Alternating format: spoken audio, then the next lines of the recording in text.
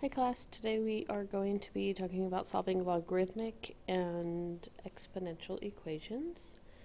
So some things that I need you to remember is that the domain of logarithms, so log base b and then the natural log, is positive real numbers. And that's going to be important for when we're checking extraneous solutions because we can only take the log of positive numbers, not zero. And then the domain of exponential functions is all real numbers. So exponential functions are not going to have extraneous solutions in the sense that the domain is going to be all real numbers. So we have a hint. So we are going to take the logarithm base e of both sides. It's kind of like squaring both sides or take the square root of both sides. If we have an exponential function and we want to get the exponent down, the way to get exponents down is by taking the log of both sides, base whatever this is, and it's going to be base e. So we're going to have log base e, or natural log of e to the x, is log base e of 2. And then you have log base e of e, that's x, is log base e of 2, or x is the natural log of 2. Now, you could have said it's the natural log of e to the x is the natural log of 2, and e and ln of x cancel, so you have ln of 2. Now, this is the way that we will typically be doing it. I just want to make sure you see that it's log base e is the natural log. Okay, let's move on to the next example here. So we have a natural log. So if you want to get rid of a natural log, the way you undo a natural log is by exponentiating both sides. So that means make what you have the exponent, and it's got to be the same base. So this is log base e, so we're going to say e, and that's a big E to the little ln of x, is e to the minus 1. So e to the ln cancel, so we'll have x equals e to the minus 1, or using rules of exponents, it's 1 over e, because remember the negative exponent means bring it to the denominator using rules of exponents. Okay, here we have log base 4. So in order to undo log base 4, you have to exponentiate base 4. So you say 4 to the log base 4 of x is 4 cubed. So everything you had becomes the exponent. Log base 4 of 4 to the x becomes just x equals 4 cubed, or in other words, x equals 64. Now, I did say that we're going to have to check these. So let's go ahead and go back up to the first example and check before we do the last example. Okay, so let's do our checks. So when we check, you always plug it into the original equation. So e to the x, which is ln of 2, does that equal 2? And always make sure the left-hand side equals the right-hand side. And yes, that does equal. Let's go ahead and check the next one. Okay, we have 1 over e. So we have ln of 1 over e. Does that equal negative 1? So I plugged it in. So remember, 1 over e is e to the minus 1. So I'm going to write it as e to the minus 1. And you have log and e, so you have minus 1 equals minus 1 because those cancel. Okay, and we're going to go ahead and check the third one. So we're going to plug in 64. So log base 4 is 64. Does that equal 3? Remember, 64 was 4 cubed, and those cancel, so we're left with 3 does equal 3, and it checks out. Okay, so let's go on to the final example on this side of the page. So we have the natural log, and we want to get the x, which is inside the function. So we have to exponentiate both sides, base e. So we have e to the ln of 3x plus 5. That equals e to the 8th.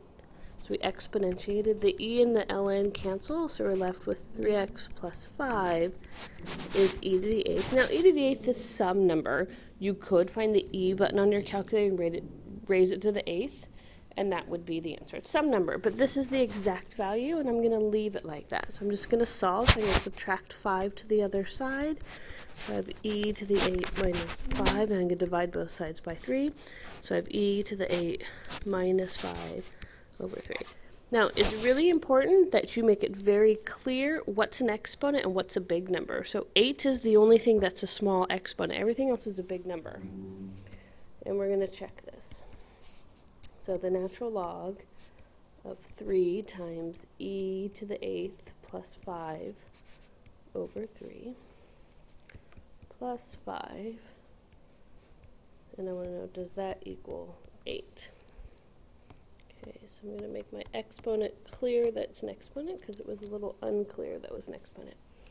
Okay, so right off the bat, the 3's cancel, and that's a good sign. And I have a minus 5 here, so I need to make sure when I plug it in, I plug it in correctly. So it should be minus 5 there.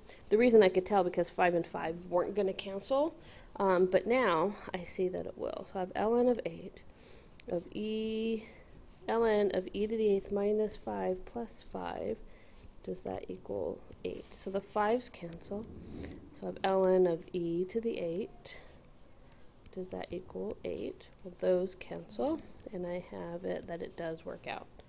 Okay, now remember, you're going to have extraneous solutions if in your check, you're going to end up taking the logarithm of a negative number. Okay. So you can't take the logarithm of 0 or negative numbers. Okay, so now we still want to get rid of the e, so we're going to take the natural log. But before we take the natural log, we have to isolate this term. So we have to first divide by 4, because you have to isolate your e term. So I have e to the 2x equals 10. Now you can take the natural log of both sides. So I have ln of e to the 2x is ln of 10. And ln is our big letters. The 2x is the exponent. So those are going to cancel. 2x is ln of 10, divide by 2, so ln of 10 all over 2. Now, it's all of ln of 2 divided by 2. You don't just divide the 10 by 2. 10 is the input into the function, so it's all of that is your answer. And we have to check it, because we can have extraneous solutions with logarithms. So 4e to the 2x, which is ln of 10 over 2, does that equal 40? Well, the 2's cancel, so that's a good sign that things are canceling. So I have now 4e to the ln of 10. Does that equal 40? So when e and ln are directly next to each other, they cancel. So I have 4, the 10 comes down, and that equals 40. Okay. F. So my exponent is up here with my x, and this is base 8, so I'm going to take log base 8 of both sides. So I'm going to have log base 8 of 8 to the minus 2 minus x equals log base 8 of 431. Now, if 431 could be written base 8, then I would simplify this number, but 431 cannot be written base 8. So this is simplified. This is some number. You can plug it into your calculator. It's not important. This is the exact value. More importantly, those cancel over there, so the negative 2 minus x comes down, and you have log base 8 of 431 on the right-hand side. So we're just going to go ahead and solve for x. So I'm going to add 2 to the other side. So it's 2 plus everything that I had. You don't add 2 to the 431, you add 2 to everything. Then divide by negative 1. So I have x is negative 2 minus log base 8 of 431.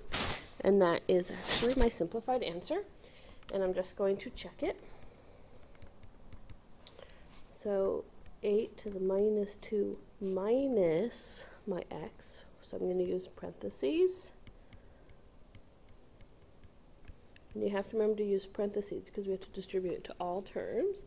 And I want to know, does that equal 431? So it becomes a positive 2, so those are going to cancel. And then negative times a negative is a positive. So I have 8 to the log base 8 of 431. Since they're the same base, those cancel, and we're left with 431 is 431, and I never took the log of a negative number.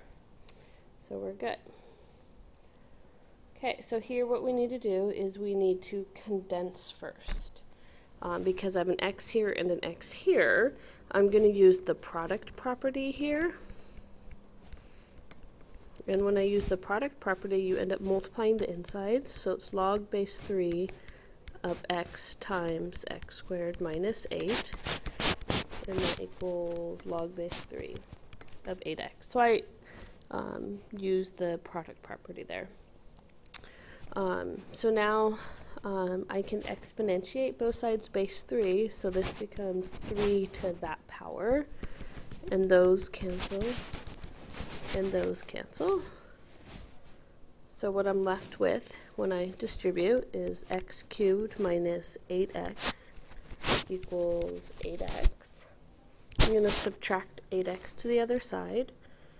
And I have x cubed minus 16x equals 0. Factor out like terms, which is my x. And then I can get the first one is x equals 0. And then the other is difference of squares. That factors x minus 4, x plus 4, or x equals plus or minus 4. So we have 3 answers, and we're going to have to check all of them. So let's first check the first one, which is x equals 0. Now log base 3 of 0. Right here, we can stop, because the domain of logarithms that we started out today's lesson with was that the domain of logarithms is that x is bigger than 0. Okay, so for logarithms, the domain is x is bigger than 0. That means you can't plug 0 in. So that means this is extraneous. Okay, so let's check x equals negative 4. And you have log base 3 of negative 4. Same thing. It's also extraneous because you have to only put in positive numbers. You can't take the log of a negative number. So then we're going to check for x equals 4. So log base 3 of 4. That's okay so far. And plus log base 3 of 4 squared minus 8.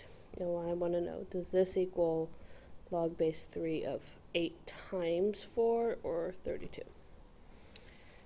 Okay, so I have log base 3 of 4 plus log base 3 of 8. And I can apply the product property here, and this is log base 3 of you multiply with the product property, 32. So it does check out. And I never had a negative number in my input, so I'm okay. So I had 2 extraneous solution, x equals 4 works, so the only answer I'm going to box in is x equals 4, because that's extraneous and that was extraneous. Okay, so I need to make sure I'm clear with what the answer is. Now, not all negative or 0 answers will be extraneous because it depends on the function on the inside. Okay, well, I hope you have a wonderful night, and we will see you in class.